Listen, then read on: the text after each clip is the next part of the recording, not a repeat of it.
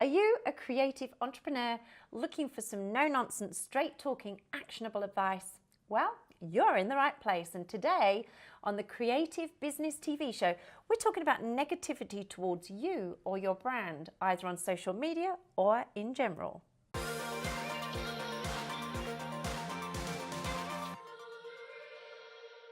Hello and welcome to a little segment of our show we like to call Ask Kylie. I'm your host, Kylie Carlson, and in this episode, I'm taking a question from Laura in Putney.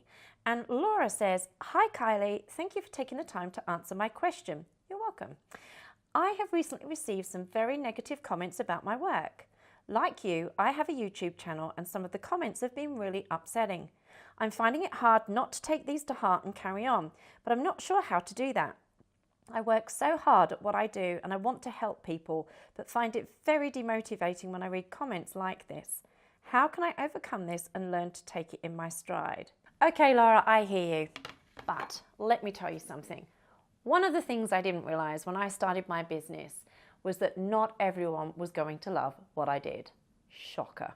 In fact, some people were really quite vocal in saying as much, and they used to leave negative messages on social media. And the thing is, social media is an incredible tool, and it has definitely played a huge part in getting me where I am today. But unfortunately, not everyone adheres to the oldie but goodie. If you can't say something nice, don't say it at all when it comes to social media, as you found out, Laura. Now, personally, I've had people tell me they find some of the things I say offensive and that I don't have a business degree, so therefore my opinion doesn't count or isn't trustworthy. More recently, I got told I was superficial and should be leading a better example. This was caused because I used my love of the brand Tiffany as an analogy. The story itself was to highlight the need to get your customers drawn into the emotion of your brand. And for me, Tiffany does exactly that because of the way it makes me feel in store, walking out the door, swinging my gorgeous coloured Tiffany bag, and then of course the actual product. But to one person out there, they felt the need to comment on how much they disliked my analogy. And you know what? That is absolutely fine. Not everyone in business is going to like me. Can't believe why.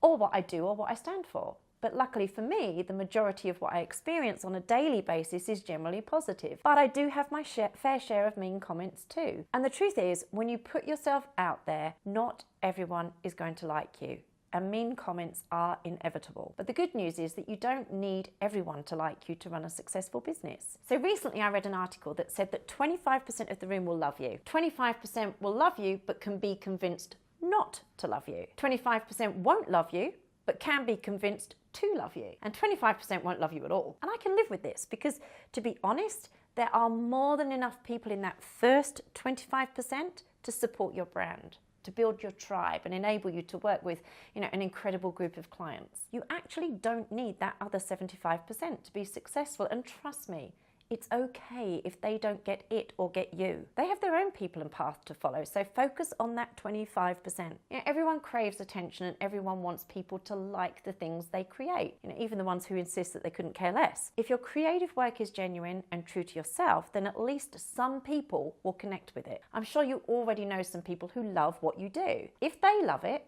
then so will other people. But remember, you can't please all the people all of the time. There will undoubtedly be people who don't like what you do, but you should take it as a compliment, because if your work attracts criticism, then it means you're doing something worthwhile. Always focus on your core values when you do your creative work. Don't worry about what people think of it when you're done. It's when you start pandering to other people's tastes that your work loses its value. Create what's important to you, and people are going to appreciate your authenticity. So if you're in that place today, like Laura, and being judged for the first time, feeling like there's negativity surrounding you, or if you too are receiving negative posts on your social media platforms, know that you're not alone. And it's all just part of doing something big and putting yourself out there. And believe me when I say that your 25% is out there waiting to find you, and they're extraordinary. Anyway, I'm afraid that's all I've got time for today, but I will leave you with these thoughts. Keep moving forward, keep being you, and know that you're not alone. Now remember, this little segment of our show only works if you guys send me your questions each week,